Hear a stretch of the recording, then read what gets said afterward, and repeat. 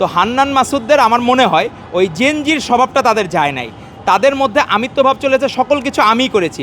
আমার কেন জানি মনে হয় যে এটা ব্যক্তিগত ধারণা যে হান্নান মাসুদদের পরিণতি হবে অনেকটা শেখ মুজিবদের মতো।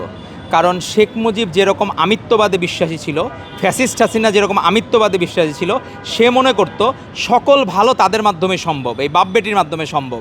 তো হান্নান মাসুদদের আচরণের মধ্যে সেই অহমিকাবোধ চলে আসছে। তারা গতকাল যেভাবে কথা বলছে সেটাতে আমার কাছে মনে হয়েছে রীতিমতো ঔদ্ধত্য।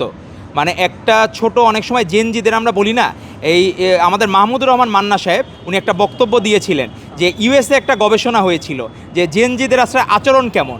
তো তখন তার একটা গবেষণায় পাওয়া গেছে তারা খুব ঔদ্ধত্য হয় এবং তারা সিনিয়রদেরকে সম্মান দিতে চায় না।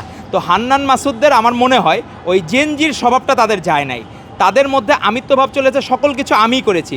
যদি আপনারা সকল কিছু করে থাকেন তাহলে ছাত্র দলের 147 জন শহীদ কি এরা কি পিকনিক করতে যে শহীদ হয়েছিল না আন্দোলনে যে শহীদ হয়েছিল? আপনাদের নেতৃত্বে আপনারা বলেছেন আপনাদের শহীদদের তালিকা দেখান।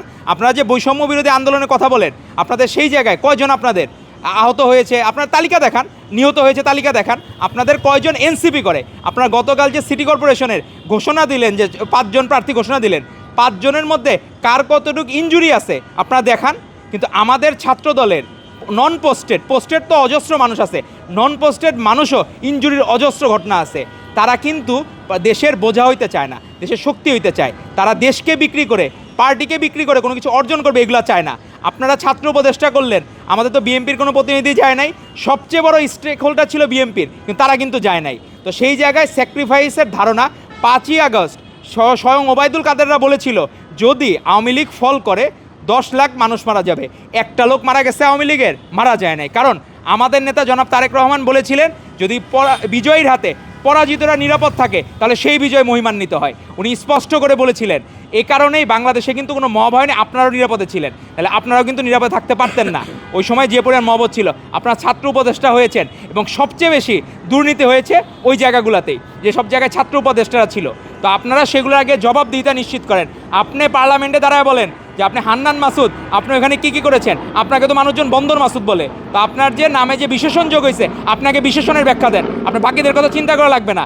আবার আপনি অনেকের যে আমাদের ক্যান্ডিডেট তাদেরকে রাষ্ট্রীয়ভাবে, রাষ্ট্রীয় পৃষ্ঠপোষকতায় আপনারা এমপি হয়েছেন, সেই জায়গায় আপনারা এখন নিজেদের চিন্তা করেন, নিজেদের কিভাবে পিঠ বাঁচাবেন, পিঠ রক্ষা করবেন সেটা আপনারা চিন্তা করেন।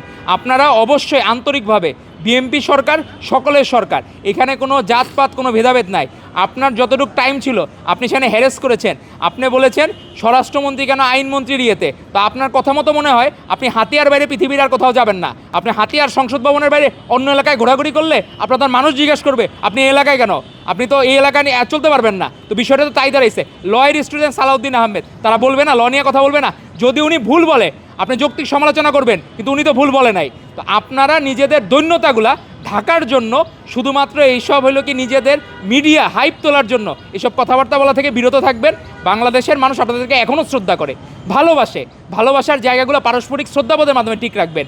সেই দিন দেখলাম একজন বলতেছে যে আই হ্যাভ এ প্ল্যান নিয়ে বলতেছে যে এই প্ল্যানের বিষয়ে কথাবার্তা বলতেছে। আপনি ভালোগুলোকে একবারে অ্যাপ্রিসিয়েট করছেন।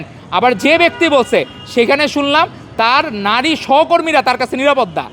আমরা দেখলাম যে এক বোন নীলা ইসরাফিল নাকি, আমাদের সেই বোনটাও ওই ভাইয়ের কাছে নিরাপদ না। এখন সে যদি বলে তখন মানুষজন মনে করে ভূতের মুখে রাম রাম, ওই অবস্থার কথা মনে পড়ে যায়। তো আপনারা সেটা নিজেদের সতর্ক হন, শব্দ চয়নের ব্যাপারে সতর্ক থাকবেন, আপনারা শ্রদ্ধা পাবেন।